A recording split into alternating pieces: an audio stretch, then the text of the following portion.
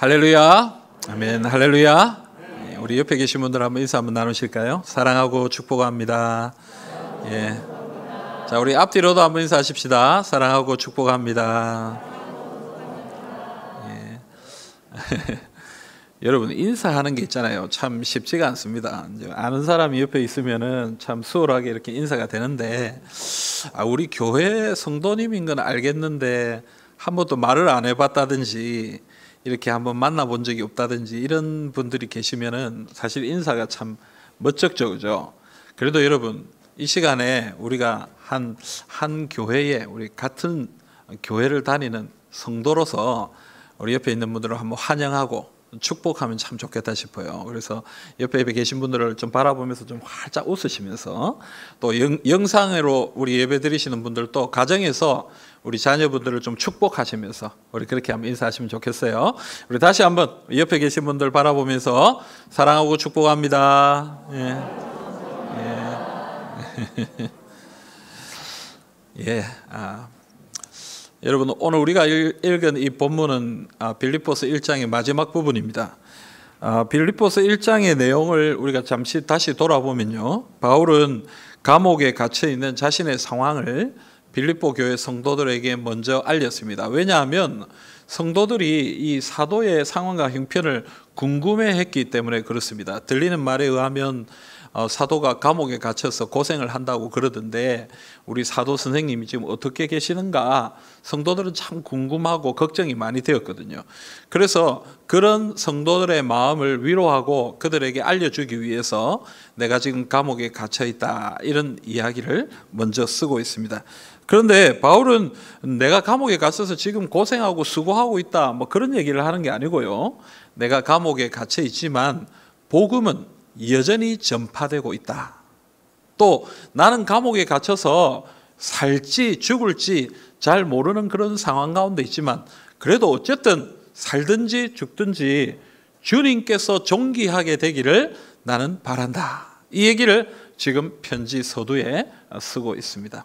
여러분, 참 바울의 모습은 이 빌립보 교회 성도들뿐만 아니라 오늘 이 자리에 있는 우리 모두에게 참 모범이 되고 정말 은혜가 되는 모습이 아닌가 싶습니다.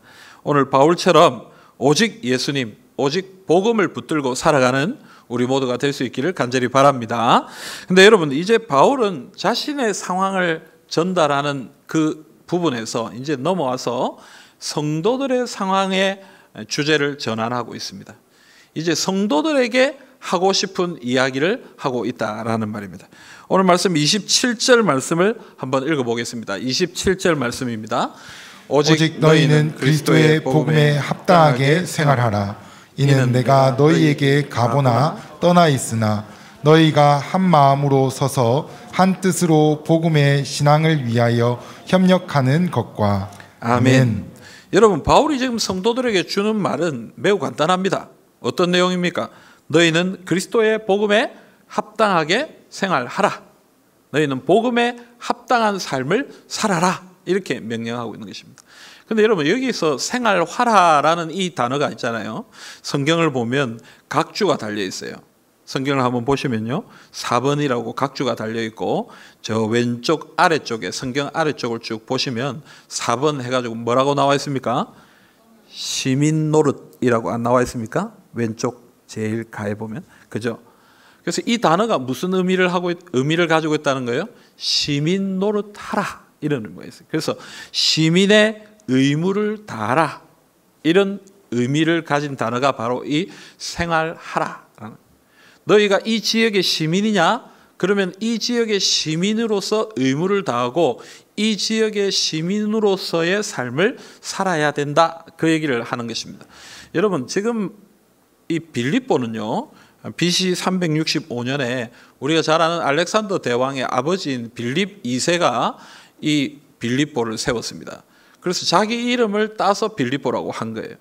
그런데 이 빌립보가 로마에 점령당하고 로마에 편입되어서 있다가 로마가 한창 내전으로 복잡할 때에 이 로마의 내전을 종식시킨 사람이 있는데, 이 사람이 옥타비아누스라는 사람입니다. 근데 이 사람이 이 내전을 종식시키고 나서 자기 전쟁을 했던 제대한 군인들, 자기의 군인들을 이곳 빌립보에다가 옮겨서 거기에 살게 했습니다. 그리고는 이 빌립보에 많은 혜택을 줬습니다. 로마 시민과 같은 권리를 누릴 수 있도록, 로마 법을 적용받을 수 있도록 거기에 큰 혜택을 줬습니다. 그래서 이 빌립보 사람들은요, 굉장히 자부심이 있었어요. 왜냐하면 우리는 로마의 식민지로서 로마의 시민권을 가지고 있는 사람들이다. 로마의 시민과 같은 그런 권리를 가지고 있는 사람들이다. 그러니까 주변에 있는 이런 야만 민족들, 이런 로마 시민이 아닌 다른 이 야만 민족들하고는 다른 우리는 로마 시민권을 가진 사람들이다. 그러니까 아무렇게나 살면 안 된다라는 그런 자부심을 가지고 있었던 것입니다. 그래서 여러분, 이런 시민의식을 가지고 있는 빌립보 사람들에게 지금 바울이 다른 시민권에 대해서 얘기합니다. 빌립보서 3장 20절에 보면 그 얘기가 나오는데요. 우리 같이 읽어봅시다. 그러나 우리의 시민권은 하늘에 있는지라 거기로부터 구원하는 자 곧 주 예수 그리스도를 기다리노니. 아멘. 여러분, 우리의 시민권은 하늘에 있다라고 얘기합니다. 그래서 여러분, 로마 시민으로서 누리는 특권을 아는 사람들에게 바울은 지금 무슨 얘기를 하고 있습니까? 하늘의 시민권을 이야기하고 있는 거죠. 우리는 로마 시민권을 가진 사람으로서 야만인들과는 다르게 살아야 한다라고 생각하는 빌립보 사람들에게 우리는 하늘나라의 백성이다. 우리는 하나님 나라의 백성이다. 그러니까 이 세상 사람들과 다르게 특별하게 살아야 한다. 하나님의 백성으로서 합당한 삶을 살아야 한다라고 지금 얘기하고 있다라는 것입니다. 그러므로 여러분, 복음에 합당한 삶이란 무엇입니까? 첫 번째로 우리가 생각할 것은 그리스도인다운 삶을 사는 것이다. 이렇게 얘기할 수 있습니다. 여러분, 그리스도인다운 삶을 사는 것이 무엇입니까? 베드로전서 2장 11절부터 12절에 나오는 말씀입니다. 우리 같이 한번 읽어봅시다. 사랑하는 자들아, 거류민과 나그네 같은 너희를 권하노니 영혼을 거슬러 싸우는 육체의 정욕을 제어하라. 너희가 이방인 중에서 행실을 선하게 가져 너희를 악행한다고 비방하는 자들로 하여금 너희 선한 일을 보고 오시는 날에 하나님께 영광을 돌리게 하려 함이라. 아멘. 여러분, 하나님의 백성들, 그리스도인들은 어떻게 살아야 되느냐? 이 육체의 정욕을 제어하고 착한 행실을 가지면서 하나님께 영광을 올려드리는 그런 거룩한 삶을 살아야 된다. 이 베드로 사도가 얘기하고 있는 것입니다. 여러분, 이 거룩이라는 단어가 가지고 있는 의미 자체가 뭡니까? 구별된다는 거잖아요. 다르다라는 얘기예요. 특별하다라는 거예요. 이 세상과는 다르게 하나님이 원하시는 그런 특별한 모습으로 살아가야 된다. 그게 그리스도인답다라는 것입니다. 그러므로 여러분, 오늘 우리가 우리의 삶을 한번 돌아볼 수 있기를 바랍니다. 우리는 하나님의 백성으로서 합당한 삶을 살고 있느냐? 그리스도인다운 삶을 살고 있느냐? 여러분, 우리가 잘 아는 이 알렉산더 대왕이 전쟁을 하는데 자기 군사들을 이끌고 전쟁을 하는데요. 어느 날 보니까 군사 중에 자기랑 이름이 똑같은 사람이 있는 거예요. 여러분, 자기랑 이름이 똑같은 사람이 있으면 왠지 관심이 가잖아요. 저도 영도에 와보니까 우리 영도의 한 교회 목사님이 저하고 이름 똑같더라고요. 그 교회, 그 침례교회인데 침례교회 담임 목사님이 최기철 목사님이에요. 그래서 영도 기독교 연합회에 가보니까 저보고 그렇게 얘기해요. 목사님, 우리 영도에 최기철 목사님 한 분 더 있습니다. 그래서 제가 한 번도 못 만나봤어요. 그 모임에 잘 안 나오셔서.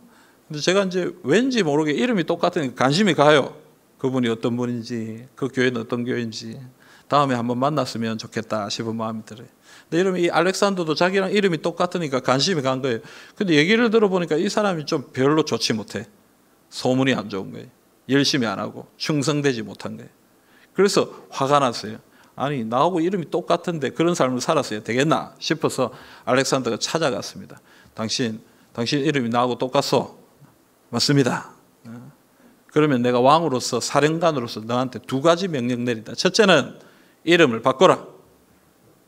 두 번째는 만약 그렇게 하지 못할 것 같으면 너의 삶을 바꿔라. 이렇게 명령 내렸어요. 내 이름에 누가 되지 않도록 너희의 삶을 바꿔라. 이렇게 명령. 이름을 바꿔라. 알렉산더라는 이름 가지고 살지 못할 것 같으면 알렉산더 이름 바꿔라. 만약에 알렉산더라는 이름을 가지고 살아야 될 것 같으면 열심히 살아라. 너의 삶을 새롭게 변화시켜라. 그렇게 명령을 내린 것입니다. 이름에 합당한 삶을 살아라. 이 말이에요. 여러분, 우리는 그리스도인입니다. 그리스도인이라는 이름으로 불리워지는 사람들입니다. 여러분, 여기 이 그리스도인이라는 이 이름 안에는 예수님의 이름이 포함되어 있잖아요.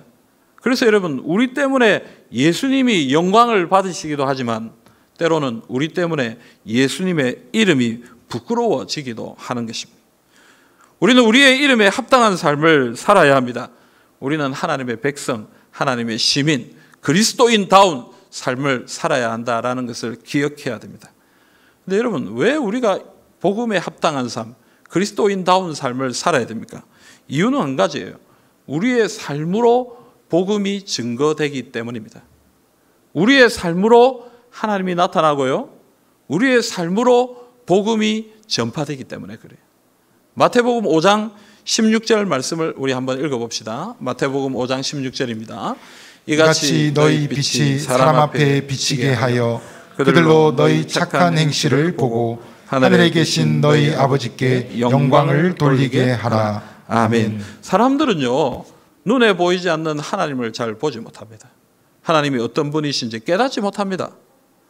여러분, 많은 사람들이요, 저 바다를 보고 산을 보고, 우리는 예수 믿는 사람들은 그 높은 산이나 아름다운 바다를 보면 하나님을 찬양하고 하나님께 영광을 올려드리잖아요. 그러나 예수 안 믿는 사람들은 어떻게 합니까? 그 바다를 보고 그 산을 보고 그 하늘을 보고 그것을 신으로 섬깁니다. 하나님을 잘 몰라요. 하나님을 깨닫지 못해요. 여러분, 무엇으로 하나님을 깨닫습니까? 그리스도인들의 삶을 통해 하나님을 발견하는 것입니다. 그리스도인들의 모습을 통해 그들이 행하는 말, 그들이 전하는 말, 그들이 행하는 삶, 그것을 보고 이 땅의 사람들은 하나님이 어떤 분이신지, 복음이 어떤 것인지, 교회가 무엇인지 그것을 알게 된다는 것입니다. 그래서 여러분, 우리는 우리의 삶으로 복음을 증거하고 하나님을 나타내야 됩니다. 그런데 여러분, 여기서 우리가 좀 주의할 것은 무엇이냐면요, 그리스도인다운 삶을 산다는 것은 우리가 무언가를 지키고 무언가를 행해야 하는 율법적인 관점에서 이해해서는 안 된다라는 것입니다. 여러분, 율법이 우리를 변화시키는 게 아니에요. 이거는 해도 되고 이거는 하면 안 되고 이거는 절대 하지 마세요, 하지 마세요. 그런데도 여러분, 어떻게 했습니까? 선악과를 따먹은 사람들이 우리잖아요. 하나님이 다 괜찮은데 이거는 먹으면 안 된다라고 얘기했는데 그 규칙을 지키지 못한 사람들이 누굽니까? 오늘 우리들입니다. 우리는요, 그런 규칙과 율법, 법으로 우리의 삶의 변화를 경험할 수 있는 사람들이 아닙니다. 그러면 우리의 삶의 변화가 일어나는 것은 무엇입니까? 복음이 우리 안에 들어와서 복음이 역사할 때에, 이 복음을 믿을 때에 우리가 그리스도인이 되었고, 그리스도인이 됨을 통해서 우리의 삶이 변화되게 된다는 것입니다. 복음을 붙드는 것이 먼저입니다. 복음을 믿고 그리스도인이 되고 난 후에 복음의 능력이 우리를 변화시켜 나아가는 것입니다. 그리스도인다운 삶을 살기를 원합니까? 그러면 여러분 마음속에 있는 복음을 붙드십시오. 예수님을 붙드십시오. 그분을 더 간절히 붙드십시오. 그러면 그분과 함께 내 삶이 조금씩 변해져 가기 시작한다는 것입니다. 이건 하면 되고 저건 하면 안 된다, 이런 규칙으로 우리의 삶이 변해가는 것이 아닙니다.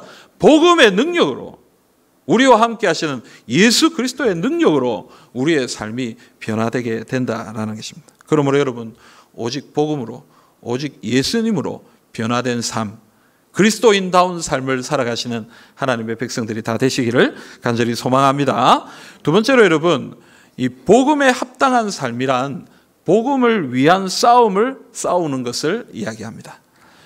여러분, 오늘 바울은요, 이 복음에 합당한 삶에 대해서 이야기하면서 이 싸움에 대한 이야기를 합니다. 30절 말씀 한번 보실까요? 30절입니다.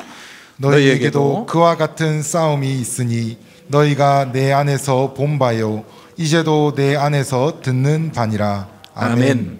여러분, 너희에게도 그와 같은 싸움이 있다, 이렇게 얘기합니다. 이 싸움은 너희가 내 안에서 봤다. 나도 지금 싸우고 있는 것을 너희가 봤다. 그리고 그 본 싸움을 너희도 싸운다, 이렇게 얘기합니다.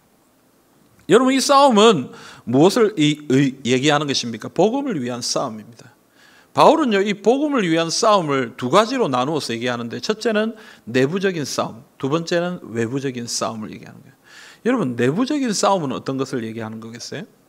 빌립보서 서론을 이야기하면서 빌립보 교회에 있었던 큰 문제가 내부적인 분열이다라고 저는 그렇게 얘기했습니다. 유오디아와 순두계라는 이 두 지도자들, 이 여인들 때문에 나누어져서 분쟁하고 싸우고 분열하는 모습이 이 빌립보 교회 안에 있었습니다. 그래서 내부적인 이 싸움, 내부적인 이 분열, 이것을 이겨내야 된다라고 얘기하는 것입니다. 여러분, 교회 안에는 항상 이런 싸움이 존재합니다. 이런 분열이 존재합니다. 이런 나누어짐이 있습니다. 왜냐하면 우리가 다 부족하기 때문에 그래요. 그래서 바울은 뭐라고 얘기합니까? 27절에 너희가 한 마음으로 서서 한 뜻으로 복음의 신앙을 위하여 협력하라, 이렇게 얘기해요. 한 마음으로 한 뜻으로 하나가 되어서 서로 협력하라. 왜냐하면 여러분, 우리가 내부적으로도 하나가 안 되면 어떻게 나가서 싸우겠습니까? 우리가 한 공동체가 안 되는데 어떻게 세상에 나아가서 복음을 전하고 하나님 나라를 확장시켜 나가겠느냐라는 것입니다. 그래서 첫째로 너희가 하나 되어야 된다, 그 얘기를 합니다. 그런데 여러분, 이 얘기는 오늘 본문 뒤에 나오는 빌립보서 2장 1절부터 11절에 더 자세하게 기록이 되어 있습니다. 그래서 이 부분은 다음 주에 우리가 함께 좀 나누려고 합니다. 두 번째로 여러분, 바울이 외부적인 싸움에 대해서 이야기하는데요, 28절에 그 내용이 나옵니다. 28절 한번 읽어보겠습니다. 무슨 일에든지 대적하는 자들 때문에 두려워하지 아니하는 이 일을 듣고자 함이라. 이것이 그들에게는 멸망의 증거요 너희에게는 구원의 증거니 이는 하나님께로부터 난 것이라. 아멘. 여러분, 외부적인 싸움에 대해서 얘기하면서 바울은 뭘 얘기합니까? 대적하는 자들 때문에 두려워하지 마라, 이렇게 얘기합니다. 이 대적하는 자들은 무엇이냐면요, 이 땅에 이 복음을 반대하는 사람, 복음을 대적하고 비난하고 조롱하는 사람들을 이야기합니다. 여러분, 바울의 사역을 보면요, 바울은 늘 이런 반대자들 가운데 있었습니다. 바울을 핍박하고 바울을 괴롭히고 바울을 쫓아내고 바울을 자꾸 어려운 고난 가운데 처하게 하는 사람들이 있었습니다. 바울만 그랬습니까? 아닙니다. 초대 교회들도 다 그랬습니다. 고린도 교회도 그랬고요, 오늘 본문에 나오는 이 빌립보 교회도 이 예수님 믿는 것을 방해하는 사람들이 그 당시에 그 지역에 있었습니다. 그래서 성도들을 자꾸 괴롭히고 힘들게 하는 그런 모습들을 보였다라는 것입니다. 여러분, 이것은 빌립보 교회에만 또 해당되는 것이 아닙니다. 오늘 우리가 살아가는 이 시대에도 우리의 복음을 반대하고 우리의 복음을 비난하고 조롱하는 사람들의 세력들이 있습니다. 우리나라는 자유민주주의 국가죠. 그래서 종교의 자유를 가지고 있습니다. 누구나 어떤 종교든지 믿고 그것을 따라 살 수 있는 자유가 있습니다. 그런데 여러분, 그런 자유가 있음에도 불구하고 우리가 믿는 믿음과 신앙에 대해서 세상 사람들은 공격하고 조롱하고 비난합니다. 우리가 믿는 이 기독교의 이 교리, 이 신앙, 이 믿음에 대해서 이 세상 사람들은 자꾸 그것에 대해 조롱하고 비난하고 비판합니다. 왜 예수님만 구원받을 수 있느냐? 왜 예수님 믿어야 구원받을 수 있느냐? 다른 방법들은 없느냐? 왜 기독교는 예수님만 이야기하느냐? 기독교는 참 독선적이다. 기독교는 참 이 세상의 사람들과 달리 뭔가 다른 그런 좀 고집과 아집을 가지고 있는 종교다라고 그렇게 비난합니다. 여러분, 코로나19를 맞이하면서 이 상황과 형편 가운데 있으면서 우리가 이 세상 사람들한테 참 많은 질타와 비판을 받았습니다. 물론 우리가 잘못한 부분도 있는 것 같아요. 너무 가볍게, 너무너무 쉽게 그냥 좀 잘못한 그런 부분들도 분명히 있습니다. 그 부분에 대해서 우리가 책임을 지고 또 우리가 더 조심하고 또 앞으로 그렇게 해 나가야 될 거예요. 그러나 여러분, 우리가 믿는 믿음에 대해서 비난하고 조롱하는 일들도 너무 많다라고 생각합니다. 여러분, 우리가 모이는 이 예배, 하나님을 섬기는 이 예배, 우리는 생명과 같이 여기고 이 예배를 소중하게 여기는데 이 세상 사람들은 뭐라고 얘기합니까? 헌금 모으려고 모인다라고 그렇게 얘기합니다. 교회에 돈 모으려고 예배를 안 드리면 안 되니까 저렇게 길을 쓰고 예배 드린다라고 그렇게 얘기하는 소리들을 듣게 됩니다.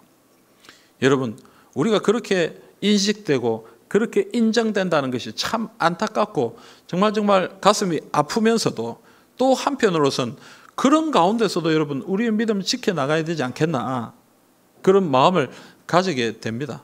여러분, 이 시대에 우리를 비난하고 조롱하는 그런 반대자들, 대적자들이 이 땅에 많이 있다라는 것이죠.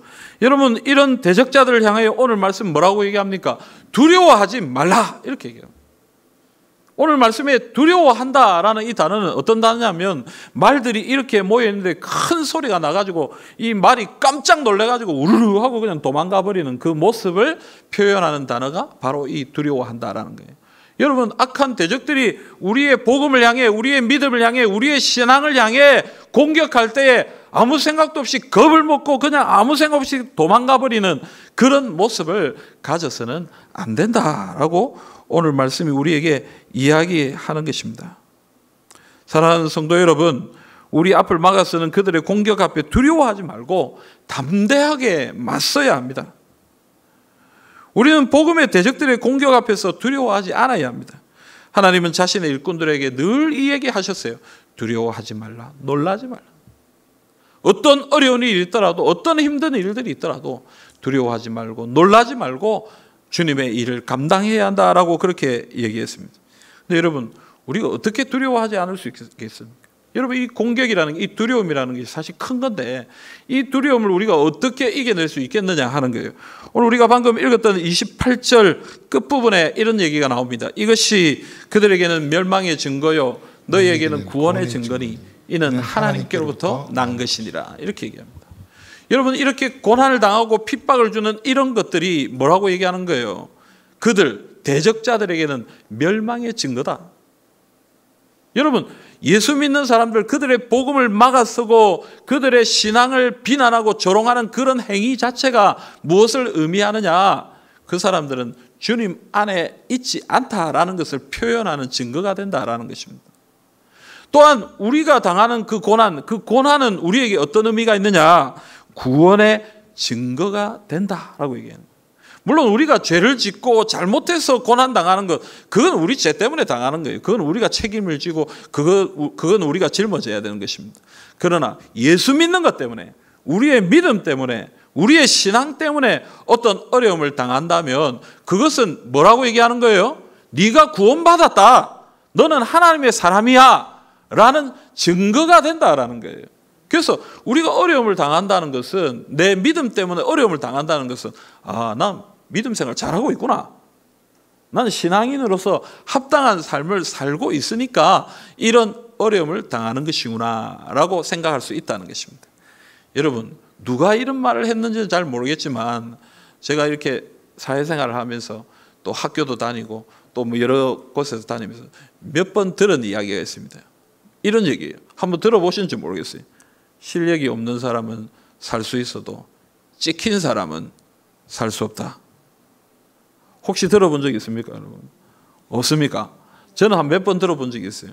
좀 능력이 없고 부족한 사람은 괜찮은데 사람들로부터 미움을 받고 찍힘을 받고 사람들로부터 그런 어떤 지적을 받는 사람은 살 수 없다 이 말이에요. 그런데 여러분, 오늘 우리 사람의 어떤 모습들을 쭉 돌아보면요, 어떤 모습들이 있냐면 좀 튀는 걸 싫어해요.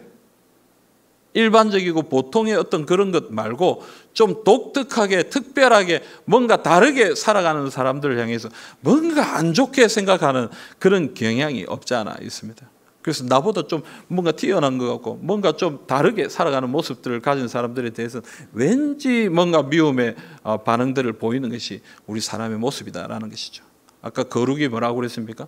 구별된 것이다 그랬죠. 다르다는 얘기예요.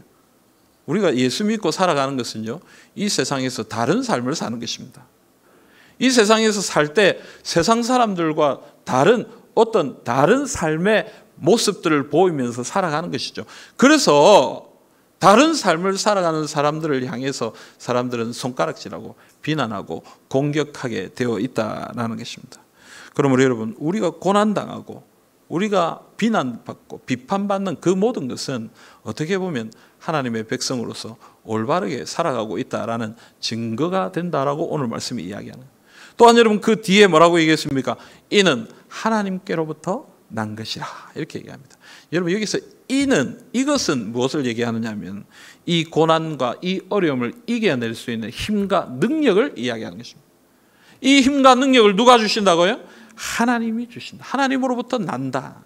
하나님이 주시는 힘과 능력으로 이 고난을, 이 어려움을 이기게 되니까 하나님께서 우리를 도우시니까 두려워하지 말고 믿음으로 나아가라 라고 그렇게 이야기하고 있는 것입니다.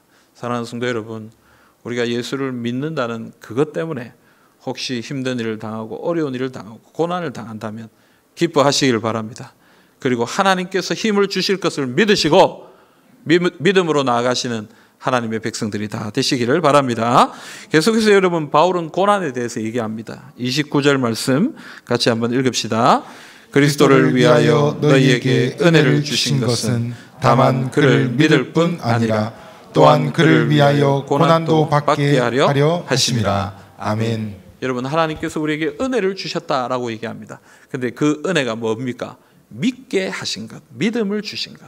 또한 무엇입니까? 고난도 받게 하신 것. 그래서 하나님 뭐라고 얘기하시는 거예요?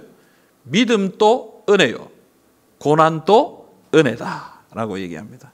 여러분 고난도 은혜입니까? 고난도 은혜입니까? 2부하고 반응이 비슷하네요. 힘든 건 어렵죠. 여러분 고난이 뭐가 좋겠습니까? 어려운 것은 어려운 것이죠. 그러나 여러분 왜 고난이 은혜입니까? 이 고난을 통해서 우리는 하나님의 은혜를 발견하게 돼요. 이 고난을 통해서 하나님의 뜻을 발견하게 되고요. 또 이 고난을 통해서 하나님의 생명의 역사를 경험하게 돼요. 예수님의 고난을 한번 생각해 보십시오. 예수님의 십자가의 고난 그리고 죽으심, 그 죽으심 때문에 오늘 이 자리에 있는 우리 모두가 다 생명의 은혜를 누리고 있는 것입니다. 만약 예수님이 고난 당하지 않으셨다면 오늘 우리가 생명을 얻을 수 있었겠습니까? 그의 고난이 있었기 때문에 생명의 열매가, 역사가 나타나게 되어진 것입니다. 고린도후서 4장 11절부터 12절이 그 이야기를 하고 있습니다. 우리 같이 읽어볼까요? 우리 살아있는 자가 항상 예수를 위하여 죽음에 넘겨짐은 예수의 생명이 또한 우리 죽은 육체에 나타나게 하려 함이라. 그런즉 사망은 우리 안에서 역사하고 생명은 너희 안에서 역사하느니라. 아멘. 우리는 날마다 항상 죽음에 넘겨진다. 죽음과 같은 고난을 당하는 거예요. 죽음과 같은 어려움을 당하는 거예요. 그러나 그 죽음과 같은 고난을 당하는 어떤 사람들 때문에 어떤 일이 일어납니까? 생명은 너희 안에서 역사하느니라. 여러분 죽음과 같은 고난을 당하는 사람들이 있기 때문에 그 고난을 당하는 사람들 때문에 생명의 역사가 많은 사람들에게 흘러가고 생명의 열매들이 맺히게 된다라고 얘기하는 거죠. 여러분 바울은 빌립보에서 이 귀신 들린 여종의 귀신을 쫓아내줬습니다. 복음 전하다가 하나님의 역사를 행하다가 감옥에 갇혔잖아요. 두드려 맞고 밤 저녁이나 되었어야 정신을 차릴 정도로 고난을 받았습니다. 그러나 그 고난 때문에 빌립보 지역에 예수 믿는 사람들이 생겼고 빌립보 교회가 세워지게 된 것입니다. 지금 로마 감옥에 갇혀서 내가 지금 죽을지 살지 모르는 그런 고난 가운데 바울은 있잖아요. 그러나 그런 고난 가운데 있지만 복음은 전파되어서 로마 지역에 복음이 전파되고 하나님의 나라가 확장되고 있는 것입니다. 그러니까 여러분 고난 자체는 힘들고 어려운 것이지만 고난을 통하여 하나님의 생명과 하나님의 능력이 나타나기 때문에 고난은 은혜입니다. 고난은 은혜인 줄 여러분 믿으시고 하나님의 은혜를 더욱 사모하시기를 간절히 소망합니다. 혹시 여러분들에게 고난이 있고 어려움이 있고 힘든 일이 있다 할지라도 하나님이 이 일을 통해서 이루실 것을 바라보면서 소망하면서 믿음으로 담대하게 이겨내시는 주님의 백성들이 다 되시기를 바랍니다. 사랑하는 성도 여러분, 우리는 복음을 위한 싸움을 싸워야 합니다. 우리가 붙들고 있는 복음을 대적하는 자들을 두려워하지 말고 우리에게 주신 고난을 은혜로 여기며 나아가야 되겠습니다. 복음을 위한 싸움을 싸워 생명의 역사를 경험하는 우리 모두가 되시기를 간절히 소망합니다. 사랑하는 여러분, 우리는 복음에 합당한 삶을 살아야 됩니다. 복음에 합당한 삶이 뭐라고 그랬습니까? 그리스도인다운 삶을 사는 거죠. 두 번째는 이 복음에 합당한 삶은 복음의 대적자들과 그들이 주는 고난을 두려워하지 않고 복음을 위해 싸우는 것을 이야기합니다. 내일은 3월 1일이죠. 3.1절입니다. 여러분 3.1절이 무슨 날입니까? 독립운동한 날이죠. 여러분 우리가 일본의 압제 가운데 있을 때 우리는 일본의 국민이 아니다. 우리는 대한민국의 국민, 대한제국의 국민이에요. 대한민국의 국민으로서 살기를 원하는 마음으로 싸운 날이 바로 3월 1일 3.1절입니다. 여러분 그런 싸웠던 사람들이 있었기 때문에 오늘 우리나라가 지켜졌고 오늘 이 자리에 있는 많은 사람들이 대한민국의 국민으로 지금 자랑스럽게 살아가고 있는 것입니다. 사랑하는 여러분, 우리는 이 세상에서 살아갑니다. 그러나 우리는 이 세상의 사람들이 아닙니다.